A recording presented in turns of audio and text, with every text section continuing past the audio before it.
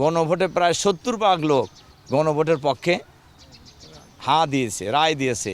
সুতরাং এই গণভোটকে অস্বীকার করা মানেই হলো জুলাই আন্দোলনকে অস্বীকার করা, এবং জুলাই আন্দোলনকে যারা অস্বীকার করবে তারা অ্যাকশনসে এটা বাংলাদেশের জনগণের সাথে প্রতারণার শামিল।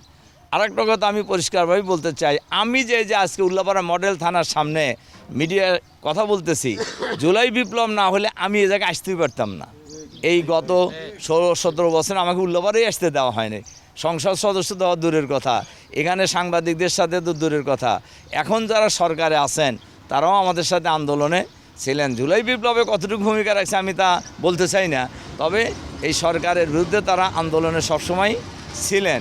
কিন্তু তারা হঠাৎ করে জুলাই বিপ্লবকে অস্বীকার করে, আমি এ কথাও শুনেছি মিডিয়ায়, এই সরকারের কোনো গুরুত্বপূর্ণ ব্যক্তি বলছেন গণভোট বলে কিছু নাই। আরে অবাক কাণ্ড, গণভোট বলে কিছু নাই তো আপনি সাইন করলেন কেন, স্বাক্ষর করলেন কেন? আমাদের দল তো স্বাক্ষর করছে, তাহলে এখন আবার আজকে এটা বলতেছেন কেন?